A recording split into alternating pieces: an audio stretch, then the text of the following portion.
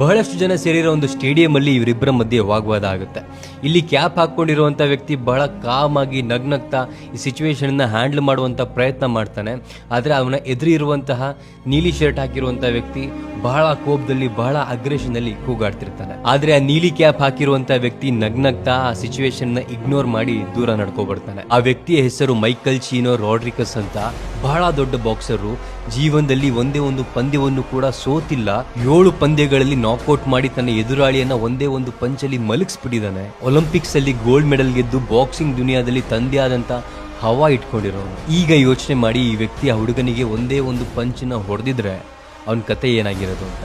ಅದಕ್ಕೆ ಹೇಳೋದು, ಫಲವತ್ತಾದ ಹಣ್ಣುಗಳನ್ನ ಕೊಡುವಂತಹ ಮರ ಯಾವತ್ತೂ ಬಾಗಿರುತ್ತೆ ಅಂತ. ಅದೇ ತರ ಜೀವನದಲ್ಲಿ ಯಾವುದೋ ವ್ಯಕ್ತಿ ನಗ್ನಗ್ತಾ ಯಾವುದೇ ಜಗಳವನ್ನಾಡದೆ ಸೈಲೆಂಟ್ ಆಗಿದ್ದಾನೆ ಅಂದ ಮಾತ್ರಕ್ಕೆ ಅದು ಅವನ ವೀಕ್ನೆಸ್ ಅನ್ಕೋಬೇಡಿ. ಆ ಸೈಲೆಂಟ್ ಆಗಿರೋ ವ್ಯಕ್ತಿ ಏನಾದ್ರು ತಿರುಗಿ ಬಿದ್ರೆ ಅದರ ಪರಿಣಾಮ ಬಹಳ ಕೆಟ್ಟದಾಗಿರುತ್ತೆ. ಸೊ ಯಾರಾದ್ರೂ ನಗ್ನಗ್ತಾ ಸೈಲೆಂಟ್ ಆಗಿರ್ತಾರೆ ಅಂದ ಮಾತ್ರಕ್ಕೆ ಅದನ್ನ ಅವರ ವೀಕ್ನೆಸ್ ಅನ್ಕೋಬೇಡಿ.